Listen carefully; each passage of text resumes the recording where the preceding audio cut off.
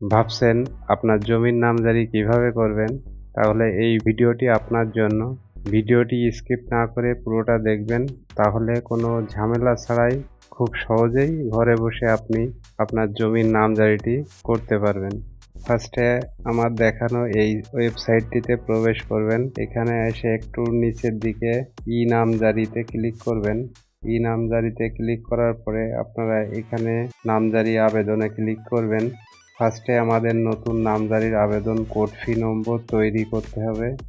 সেক্ষেত্রে আমরা এখানে নতুন নামজারি আবেদন কোড ফি নম্বর তৈরি করতে চাই, এইখানে ক্লিক করব।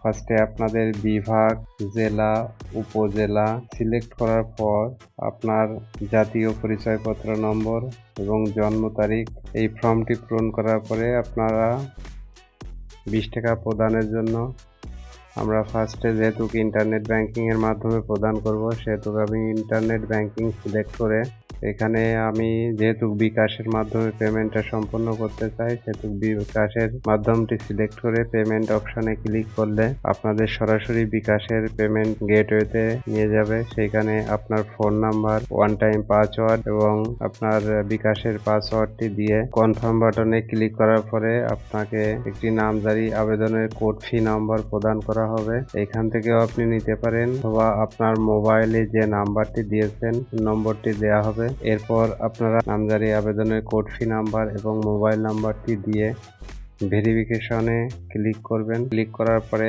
আপনাকে সম্পূর্ণ তথ্যগুলো পূরণ করতে হবে। প্রথমে আমরা জমির মালিকানা সূত্র, যদি ক্রয় সূত্রে হয় তাহলে ক্রয় সূত্রে টিক দিবেন।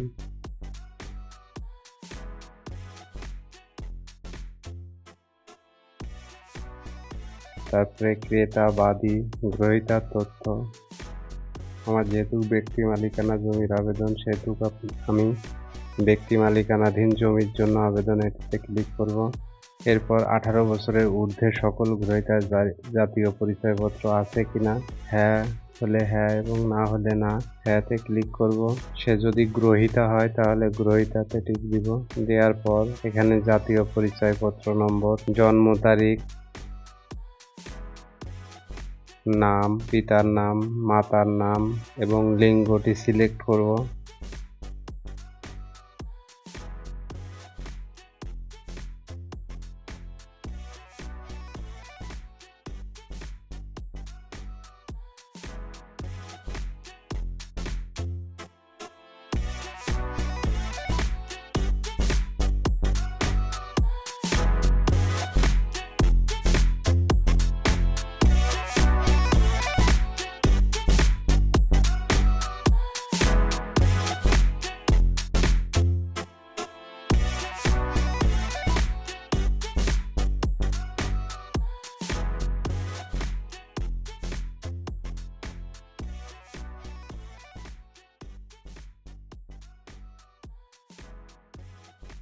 এবং যোগাযোগের জন্য আপনার একটি সচল মোবাইল নাম্বার ইউজ করবেন। এখানে মোবাইল নম্বরটি দিবেন এবং আপনি চাইলে ইমেলটিও দিতে পারেন। তারপর আমরা মৌজাটি সিলেক্ট করব। এখানে মৌজা সিলেক্ট করার জন্য আপনাকে ফার্স্টে বিভাগ, জেলা, উপজেলা এবং মৌজা সিলেক্ট করে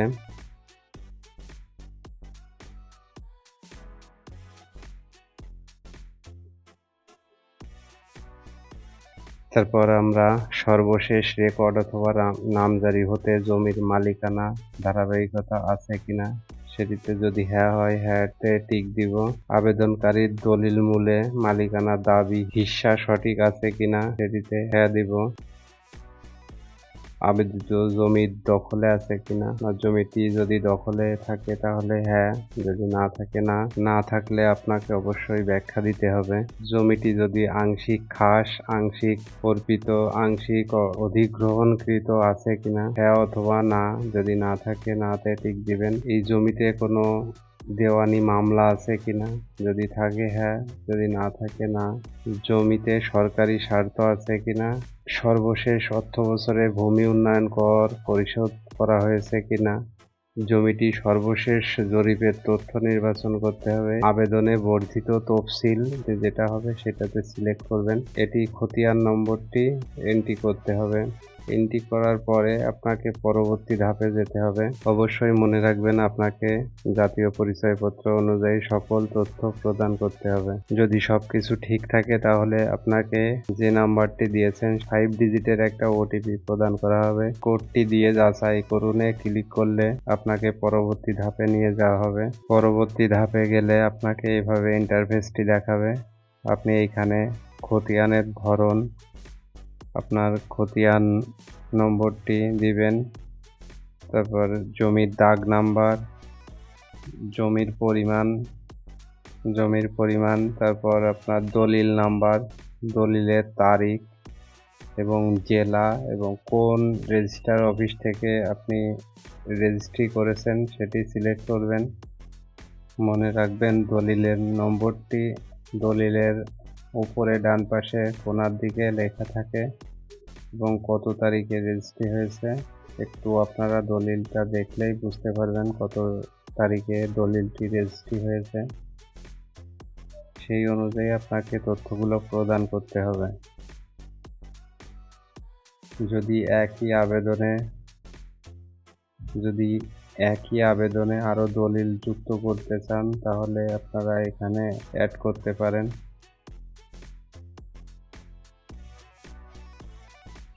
এখানে আপনার জমির একক দিলে শতক হিসাবে দেখাবে।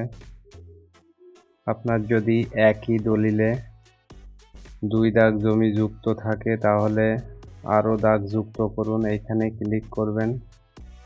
ক্লিক করার পর আপনারা দাগ নম্বর, জমির পরিমাণ, দলিল নাম্বার, দলিলের তারিখ, জেলা এবং রেজিস্ট্রি অফিস সিলেক্ট করবেন।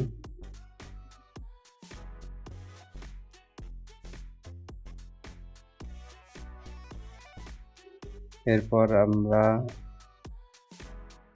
একটু নিচের দিকে গেলেই আমরা 2 নম্বর ধাপে অবশ্যই আমাদের এখানে একটি ছবি অ্যাটাচ করে দিতে হবে।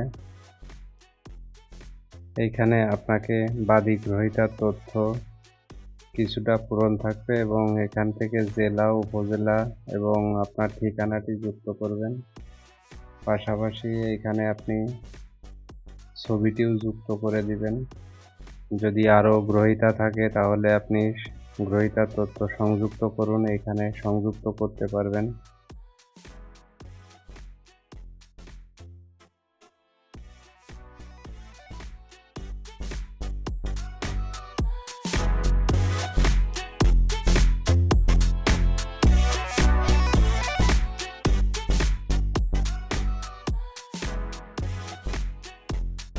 এবং এখানে আবেদনকারীর তথ্য দেখানো হবে।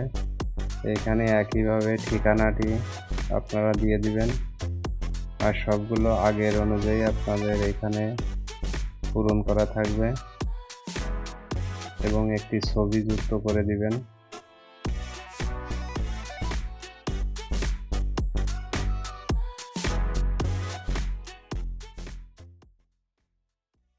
পরবর্তী ধাপে গেলে আপনাকে এভাবে দাতার তথ্য প্রদান করতে হবে।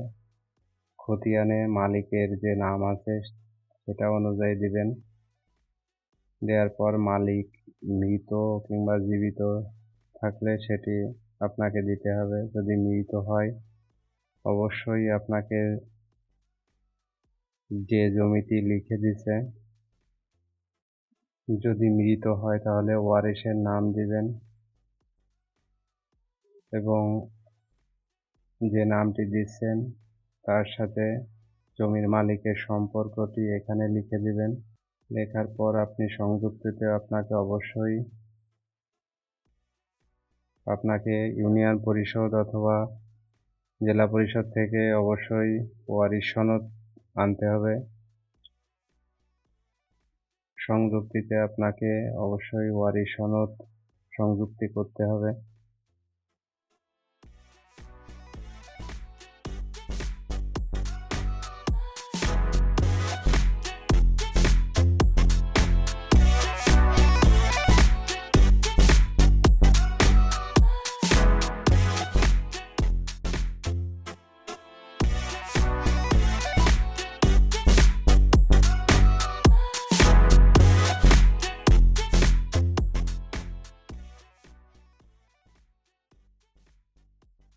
সংযুক্তি করার পরে আপনাকে হোল্ডিং নম্বর এবং তার মোবাইল নম্বর,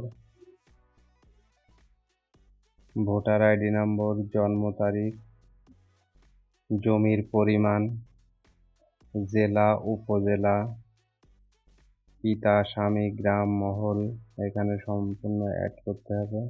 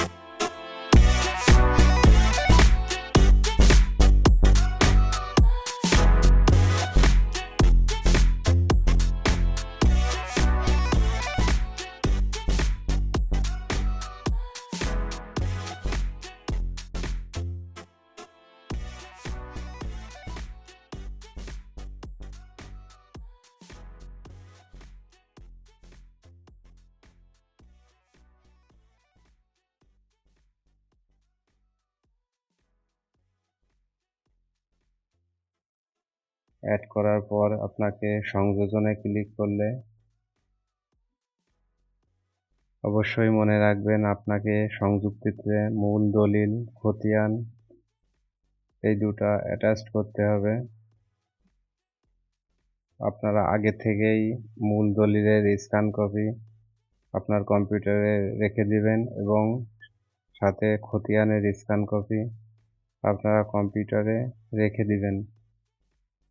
এখানে সংযোজন করণে ক্লিক করে আপনাদের যে স্ক্যান করা কপিটি রয়েছে সেটি সংযোজন করতে হবে। সংযোজন করার পরে আপনি খসড়া সংরক্ষণ করুন।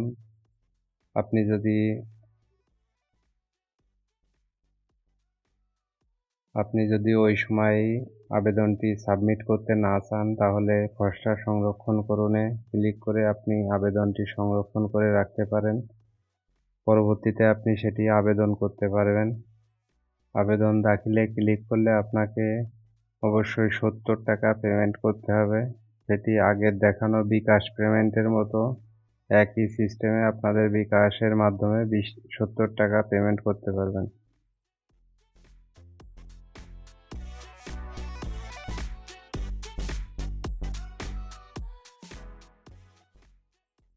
আবেদন দাখিলে ক্লিক করার পরে আপনাদের 70 টাকা বিকাশে অথবা যে কোনো মোবাইল ব্যাংকিংয়ের মাধ্যমে প্রদান করতে হবে।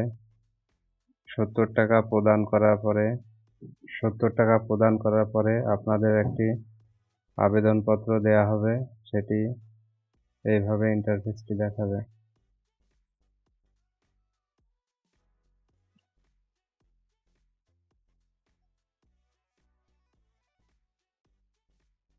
আবেদনপত্রটি কিভাবে এবং কোন অবস্থায় আছে আপনারা ভোটার আইডি নাম্বার এই তথ্যগুলো দিয়ে এখান থেকে আপনাদের আবেদনের অবস্থান এবং কার কাছে এই আবেদনটি রয়েছে সেটি আপনারা দেখতে পারবেন।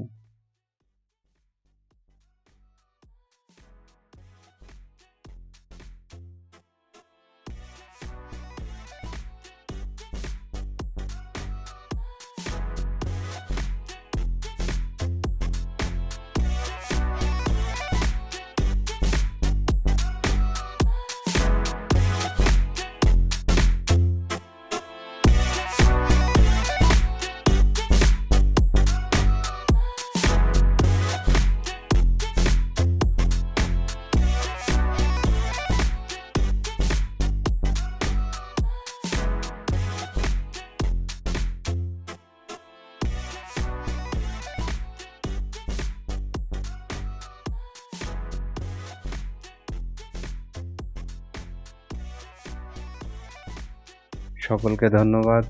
ভালো থাকবেন, সুস্থ থাকবেন। আশা করি ভিডিওটি ভালো লাগলে লাইক, শেয়ার ও কমেন্ট করে দেবেন।